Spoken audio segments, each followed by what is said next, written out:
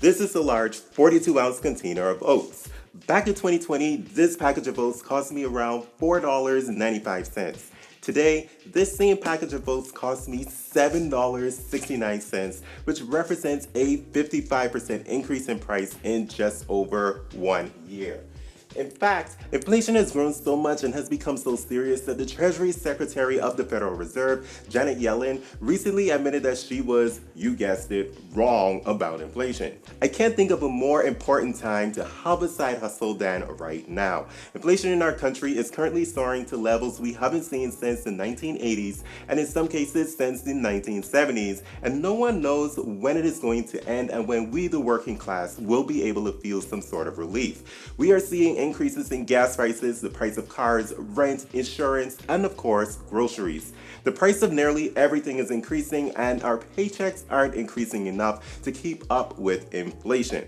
This is where having a side hustle for extra money becomes important.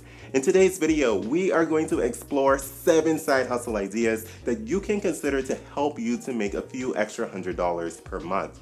The amount of extra money you make is going to be dependent upon how hard you work. So if you find this video helpful, show the like button some love so that the YouTube algorithm can get this video out to more people like you.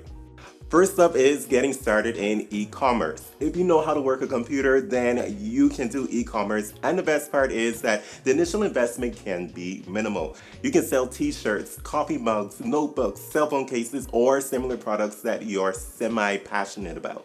You're probably thinking right now, wait a minute, don't you need money to be able to buy all of those products wholesale to then sell? No. Come, little grasshopper, and have a seat in my classroom so that I can show you the light.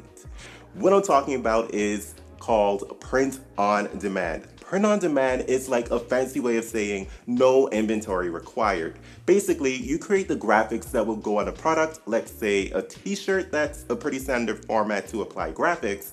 And whenever a customer purchases your product, the factory or company whom you selected to work with will print, i.e. produce the product and fulfill the order. You get a cut of the profit and they'll get a cut of the profit. So the only thing you need to do is create that graphic and the company will take care of the rest.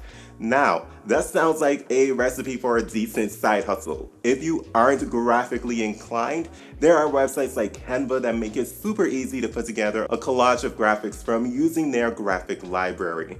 Once you're done creating your graphic, you then want to find a print-on-demand company to work with. For example, if you're going to sell a t-shirt, then a Teespring can be a good option for you, but feel free to search Google for more options.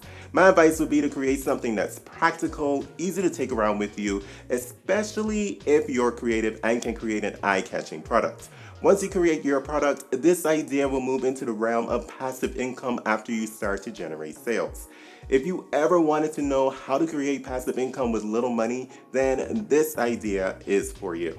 Another potentially easy way to make money is to sell photos or B-roll videos. One of my favorite channels here on YouTube is the CNBC channel. I admire how their videos are edited and I'm very interested in most of the topics that are uploaded to their channel. But if you take a closer look at this channel, which is owned by a major television network, it is filled with stock images and B-roll footage blended in seamlessly with their own photos, their own B-roll footage, interviews, graphics, etc. When you guys watch my videos, you see that I use a bit of B-roll footage as well. The fact is, people's attention span is so low that YouTube creators like myself have to incorporate a toolbox of video editing tricks to get extra seconds of watch time. Sorry, no shade if you've made it this far. My point is, there's a market out there for stock images and B-roll footage, and in today's world, it's super easy to take pictures anywhere you go and not look suspicious because you don't need to have a fancy camera with you like this one. All you need is your smartphone, and trust me, it's easier that way. Just make sure you aren't taking pictures of people or private property. Websites where you can sell your new images or footage can be Getty Images or Shutterstock. Almost messed up that word. Remember, Google is your friend. Hey, if you're still watching and you haven't subscribed to the channel as yet, consider subscribing and hitting that notification bell so you don't miss any new uploads like this. Next up is an example of a side hustle for extra money that's not online. I remember the first time I heard about this a few years ago. Of course, it was a news media story about how someone used their car for ads, and the ad that they got was a big no-no because it wasn't socially sensitive, and this got them some unwanted attention. Of course, I don't remember the details of the story now, but I do remember thinking that this thing is very, very weird, and I don't want people asking me about a company that I have no idea about. Basically, you need to sign up with a company like Rapify. Rapify sets up their users with campaigns and essentially pays you to use your vehicle as a rolling billboard. You do have to pass a background check, and there are vehicle requirements that you must meet as well. Sorry guys, you aren't going to be able to use your jalopy, hoopty, or little Betsy for campaigns. Rapify will pay for the wrap to be installed and removed, and they give you the option of a full, partial, or light wrap. And don't think that you're going to pull a fast one and go home and remove it right away.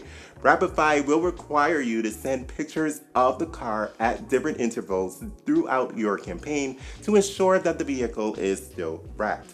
No sneaky business here. Once you have a campaign, you'll have the details of that campaign, which will let you know your mileage gap per day and the geographic area to drive within in order to earn cash. One thing note mentioning is make sure that you check your car insurance policy. You don't want to get in a crash and find out that you aren't covered by your insurance because you didn't report that you're using your vehicle for gig work. Getting in a crash is bad enough, but dealing with a claim denial from your insurance company, yeah, we won't even go there. Signing up for new credit cards can be an unexpected way to make some extra cash. I know this sounds a bit crazy, but hear me out here. The major credit card issuers have increased welcome offers either permanently or temporarily for quite a bit of their credit cards, and it seems to happen more often than not. For example, when I signed up for the Chase Freedom Unlimited a few years ago, I received a welcome offer of $150 after spending $500 in the first 3 months of account opening. If you take a look at the Chase website today, that offer has been increased to $200 and also comes with a bonus reward category for the first year by offering 5% cash back on purchases at gas stations on up to $6,000 of spend.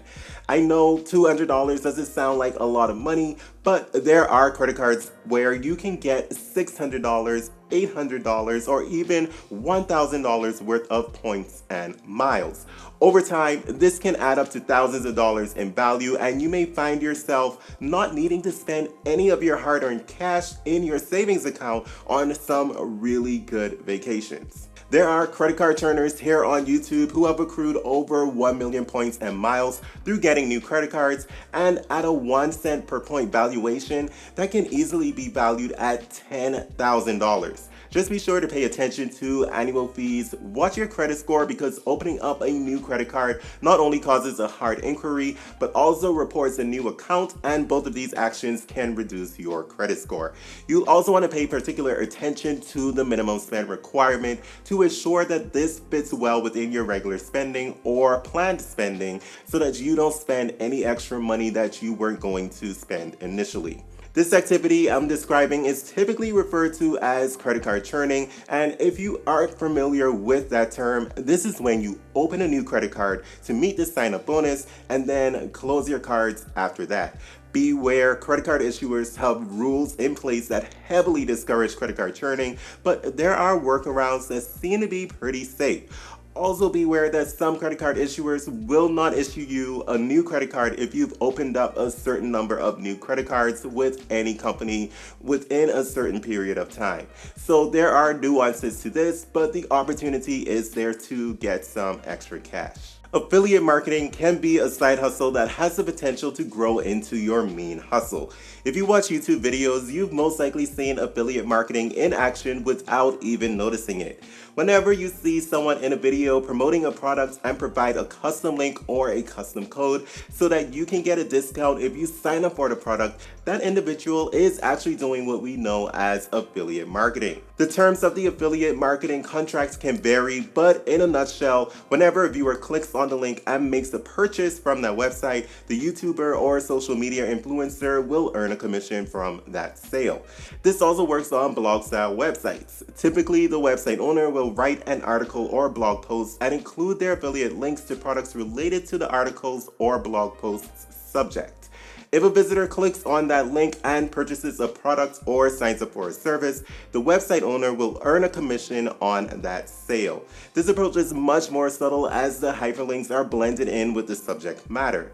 This can be seen on websites like NerdWallet, Bankrate, Money Under 30, etc. This one may sound a little boring, but there are people who have grown their websites to earn well over 6 figures per year.